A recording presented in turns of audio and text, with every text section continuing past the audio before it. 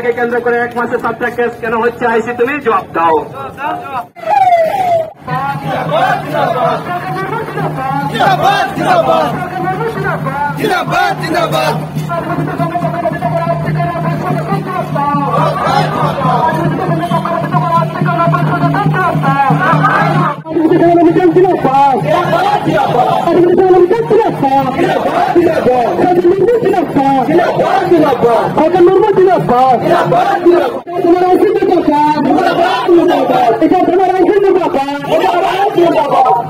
আদিবাসী সঙ্গে পক্ষপাতিত করা হচ্ছে কেন পুলিশ প্রশাসন ঘটনাকে কেন্দ্র করে ভাবনার কেস করা হচ্ছে কেন পুলিশ প্রশাসন নেতৃত্ব আন্দোলন চলছে চলবে, আদিবাসী সংগঠনের নেতৃত্ব আন্দোলন চলছে চলবে, আদিবাসীরা জড়ানো হচ্ছে কেন পুলিশ প্রশাসন জবাব দাও, মিথ্যা কেসে আদিবাসীরা জড়িত করা হচ্ছে কেন পুলিশ প্রশাসন জবাব দাও, জবাব তোমার দিতে হবে, জবাব তোমার দিতে হবে। কেস করা হচ্ছে কেন আইসি তুমি জবাব দাও। পুলিশের পক্ষপাতিত্ব মানছি না, মানব না।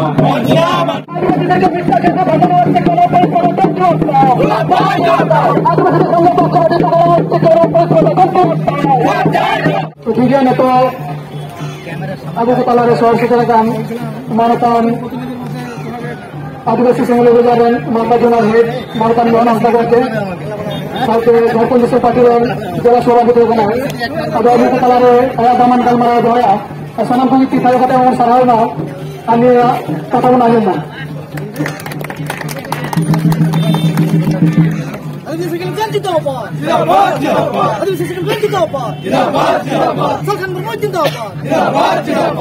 নড়াটা সেটারেতন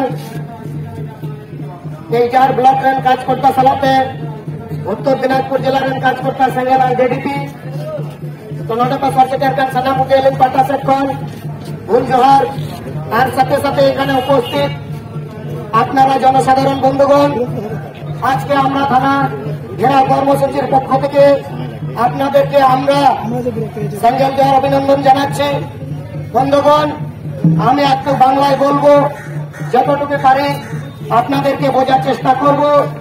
আমরা আদিবাসী সেঙ্গেল অভিযান এবং ঝাড়খণ্ড কিষাণ পার্টির পক্ষ থেকে আমরা আজকে ইটার থানার আইসি সাহেবকে আমরা এই আদিবাসী সেঙ্গেল অভিযান এবং ঝাড়খণ্ড কিষাণ পার্টির পক্ষ থেকে আমাদের এই ঘেরাও কর্মসূচি চলছে।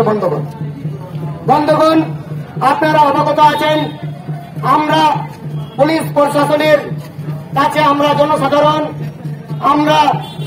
আমরা বিচার এবং ন্যায় চাওয়ার জন্য আমরা পুলিশ প্রশাসনের কাছে আমরা দ্বারস্থ হই। বন্ধুগণ, বেশিরভাগই মানুষ আমাদের আস্থা থাকে আইনের কাছে, কিন্তু বন্ধুগণ আপনারা অবগত আছেন এই পুলিশ প্রশাসন এই জনসাধারণকে কিভাবে হয়রানি করে এবং তাদেরকে কিভাবে মিথ্যা কেসে জড়িয়ে এবং কত হ্যারাসমেন্ট করিয়ে তাদেরকে সেইভাবে এবং জেলে পাঠানো হয়। বন্ধুগণ, খুব দুঃখের বিষয়, এইরকমই আমাদের এই ঝাড়খণ্ড কিষাণ পার্টি এবং আদিবাসী সেঙ্গেল অভিযানের পক্ষ থেকে এই ইটাহার ব্লককে যারা নেতৃত্ব দেয় তাদেরকে এই ইটাহার ব্লক এবং ইটাহার থানার আইসি এবং এখানকার পুলিশ প্রশাসন তারা নিরপেক্ষ কাজ করে না। বন্ধুগণ, তারা কি কাজ করে?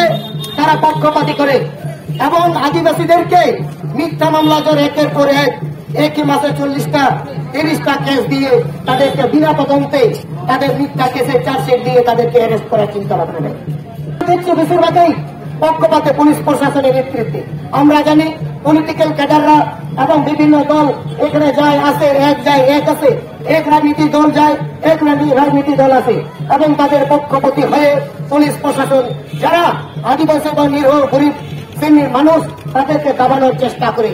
পুলিশ প্রশাসন নেই দেখে না, তারা বিচার দেখে না, কে ন্যায় করলো কে নেই করলো তাদের কোনো বিচার ব্যবস্থা নেই। বন্ধু, তারা বিনা তদন্ত সাধারণ মানুষকে হয়রানি করে এবং তাদের সাংবিধানিক অধিকারকে হরণ করে। বন্ধু, এই যে লজ্জা এবং দুঃখজনক ঘটনা কিছু হতে পারে। ইটাহার থানা যতটুকু আছে ওয়েস্ট বেঙ্গলের পশ্চিমবঙ্গতে সম্পূর্ণ লিডার এবং পলিটিক্যাল পক্ষপাতী করে। তারা এখান থেকে মাস্টার মাইন্ড চালায়, এখান থেকে তারা রাজনীতি করে, শুধু খারকে ড্রেস তারা পুলিশ প্রশাসনের ড্রেস পরে আছে, নচেত ওদের ভিতরে যদি আপনারা খুলে দেখেন এখান থেকে তারা মাস্টার মাইন্ড এবং পলিটিক্যাল রাজনীতির এজেন্ডা চালাচ্ছে। এটা হচ্ছে দুঃখজনক, হতে কিছু হতে পারে না। আমরা জানি পুলিশ প্রশাসনরা নিরপেক্ষ বজায় রাখে, নিরপেক্ষভাবে তদন্ত করে, তার জন্য এই ভারতবর্ষের মানুষ পুলিশ প্রশাসনের কাছে সবার আস্থা থাকে। পুলিশ প্রশাসন নাকি ছায়ের দড়ি পাকায়। কিভাবে ছায়ের দড়ি পাকাবে আপনারা আমাদেরকে বুঝিয়ে দেন, কিভাবে আপনারা ছায়ের দড়ি পাকান? এই যে মিথ্যা মামলা আজকের দিনে, এই যে আমাদের জেলা সভাপতি দুর্গা মুর্মু বিনা অন্যায়ে তাকে একের পর এক 15-20টা কেস বিনা তদন্তেই ফাঁসানো কেস দেওয়া হচ্ছে। এই একটা প্রতিনিধি, আদিবাসী সমাজের প্রতিনিধি, তাকে মিথ্যা কেসে ফাঁসানো হচ্ছে। যারা ওই পিছিয়ে পড়া মানুষকে এগিয়ে নেওয়ার চেষ্টা করবে তাদেরকে মিথ্যা কেসে ফাঁসাবে। তার মানে আপনি তাদের কাছে গোলামি করুন, আপনি কোনোদিনও কেসে কাটবেন। আপনি যদি কাউকে খুন করুন তা আপনার রেহাই আছে। আপনি গাজরা ড্রাগ ব্যবসা করুন, তার কাছে যদি প্রশাসনের কাছে গোলামগিরি করেন তাও আপনার ছাড়। কারণ আমরা দেখেছি বিভিন্ন জায়গাতে দেখেছি, পশ্চিমবঙ্গে চলছে এটা, পশ্চিমবঙ্গের মাটিতে এটাই চলছে। যারা নেই, যারা পিছিয়ে পড়া, যারা আদিবাসীদের সমাজ, এই বঞ্চিত সমাজকে এগিয়ে নেওয়ার চেষ্টা করবে তাদেরকে প্রশাসনিক এবং বিভিন্ন রাজনীতির দেখে তাদেরকে প্রেশার দিয়ে মিথ্যা কেসে ফাঁসানোর চেষ্টা করবে। এটাই নাকি তাদের ব্যক্তিগত স্বাধীনতা। আজকে তো বড় বড় পলিটিক্যাল লিডার হয়ে গেছে পুলিশরাই বড় বড় নেতা হয়ে গেছে। পুলিশ যেটা বলবে সেটা জনসাধারণকে দাবিয়ে রাখবে, যে আমাদের সচ্চা যে সত্যিকারের কথা বলবে তাকে দাবিয়ে রাখবে। কেন? আমরা কি ভারতবর্ষের নাগরিক নয়? কারণ আপনারা অবগত আছেন এই ভারতবর্ষের ভূমিপুত্র হচ্ছে আদিবাসীরা। ভারতবর্ষের ভূমিপুত্র হচ্ছে আদিবাসীরা, এই মূলবাসীরা। আমরা ব্রিটিশদেরকে তাড়িয়েছিলাম, আমাদের পূর্বপুরুষ তাড়িয়েছিল, তা আপনাদেরকে তাড়ানো আমাদের সময় লাগবে। আদিবাসীরা এমন একটা মানুষ, আপনারা পোড়ায় দেখেছেন, পোড়ায় যদি চুলোতে দাও গরম হতে টাইম লাগে, যখন গরম হয়ে যায় আবার ঠান্ডা হতে অতই টাইম লাগে। তো আদিবাসীরা স্নান তো স্নান সেই দিনে যখন গরম হয় মামা আর কাউকে ছাড়বে না, যখন গরম হবে মামা কাউকে ছাড়বে না। আপনারা অবগত আছেন, রায়গঞ্জ ঘটনা দেখেছেন, এরকম আরো বিভিন্ন জায়গা দেখেছেন, আপনারা অবগত আছেন। এমন একটা উনুন জ্বালিয়ে দেবো তো এই আগুন আর কোনোদিনও নেবে না। যতক্ষণ পর্যন্ত তাদের অধিকার, সাংবিধানিক অধিকার, মৌলিক অধিকার পাবে না ততদিন পর্যন্ত ওই আগুন লাগবে, কোনোদিনও বরখাস্ত করবো না। নাহলে 1700-1855 সালে যে সাঁওতাল বিদ্রোহ হয়েছিল, ব্রিটিশ চলে গেছে, ব্রিটিশদের আমলে বরঞ্চ এখন দুঃখ কষ্ট আমরা ছিলাম। এখন না আছে এদের কান, না আছে দম, এরা একদম বোবা, কিছুই শুনতে পায় না, একদম গুন্ডাগারদের মতন জনসাধারণকে হ্যারাসমেন্ট করছে। এদেরকে লজ্জা করা উচিত। আমরা পুলিশগুলো তাদেরকে সম্মান দিই, যে তারা পুলিশ প্রশাসন আইন রক্ষক, এই আইন রক্ষকই ভক্ষক হয়ে থাকছে। এর চেয়ে আর লজ্জা কিছু হতে পারে না বলবে। তো ঠিক আছে, আমরা আজকে আদিবাসী সংগঠনের পক্ষ থেকে, ঝাড়খণ্ড সম্পাদের পক্ষ থেকে আমরা আজকে ইটাহার থানার ঘেরাও কর্মসূচি চলছে। তো এখানকার যারা ইটাহার বাজার এবং ব্লকের জনসাধারণ, বাঙালি ভাই বোন এবং এসটি এসসি ওবিসি মূল্যবাসী ভাই বোন, মূলবাসী ভাই বোন, আপনারা আজকে থানার ঘেরাও কর্মসূচিতে সহযোগিতা করেছেন, সাপোর্ট করেছেন, তার জন্য আমরা ঝাড়খণ্ড পার্টি আদিবাসী সংঘের উপজেলার পক্ষ থেকে আপনাদেরকে অনেক অনেক ধন্যবাদ, থ্যাংক ইউ জানিয়ে আমাদের এই কর্মসূচি আমাদের যেতেই থাকবে, চলতেই থাকবে। সবাইকে আমার পক্ষ থেকে অনেক অনেক ধন্যবাদ, গুড দোয়া জানিয়ে এখানে সমাপ্ত করছি।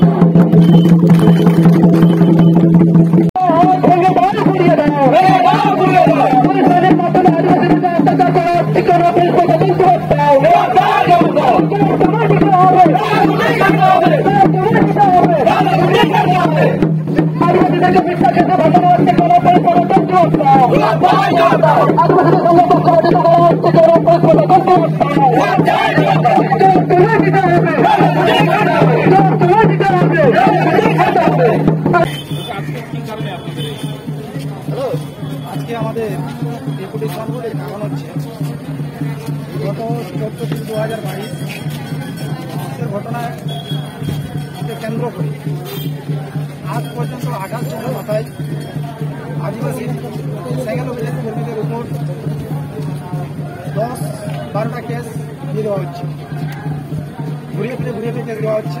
তার কারণে যে মিথ্যা কেসগুলো যাদের উপযুক্ত করা হয়েছে মিথ্যা কেসে, তাদের যাতে সেই কেসগুলো প্রত্যাহার করে নেওয়া হয়, তার জন্যই আমরা আজকে ডেপুটেশনের কর্মসূচি নিয়েছি। এর সঙ্গে আরও আমাদের 9 দফা দাবি আছে।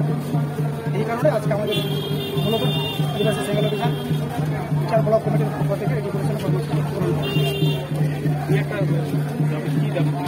এক হচ্ছে আমাদেরকে যে মিথ্যা কেস অভিযুক্ত করা হয়েছে তা প্রত্যাহার করতে হবে। 2 হচ্ছে ঘটনার নেপথ্যে মূল ষড়যন্ত্রকারী সুরঞ্জয় মন্ডল ও নুরুল ইসলামকে অবিলম্বে গ্রেপ্তার করেছি।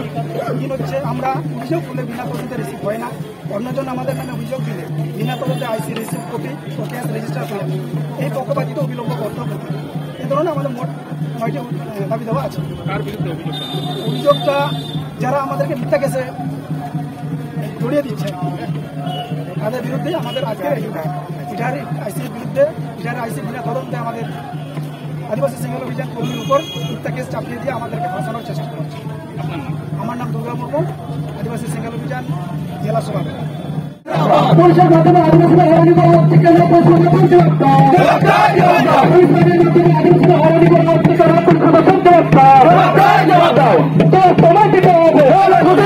আমাদের এই 9 দফা দাবি ছিল যাতে এইভাবে মিথ্যা মামলা ফাঁসানো না হয়।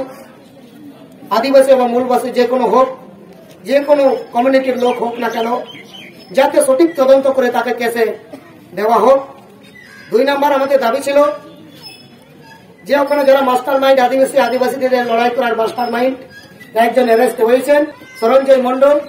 2 নম্বর ছিলেন নুরুল ইসলাম, তাকে তারা ইন্টি সোশ্যাল, তাকে সেখানে তার বাড়ির ওখানে জুয়া খেলা, মদকর তাস আর বিভিন্ন রকম সমাজ বিরোধী কীর্তিকলাপ সেখানে হয়, তাকে ইমিডিয়েট অ্যারেস্ট করতে হবে 15 দিনের ভিতরে। সেটা আমাদের দাবি ছিল। নইলে আমরা হায়ার অথরিটির কাছে যাব, তাকে আমরা বলবো যে রিটায়ার্ড আইসি আমাদেরকে আশ্বাস দিয়েছেন তিনি কাজ করছেন না, আমরা হায়ার অথরিটিকে জানাবো। এটা আমাদের দাবি ছিল। 3 নম্বর দাবি, আমরা অভিযোগ করলে পরে বিনা তদন্ত ছাড়া রিসিভ দেই না। অন্যান্যরা যারা আমাদের এগেনস্টে কমপ্লেন করে তাদেরকে রিসিভ দেওয়া এবং কেস স্টার্ট করা হোক, যাতে এটা বন্ধ করা হোক। সবার ক্ষেত্রে এটা সেই আদিবাসী হোক কিংবা মূলবাসী হোক এবং যে কোনো বাসী হোক, সঠিক তদন্ত করে হোক।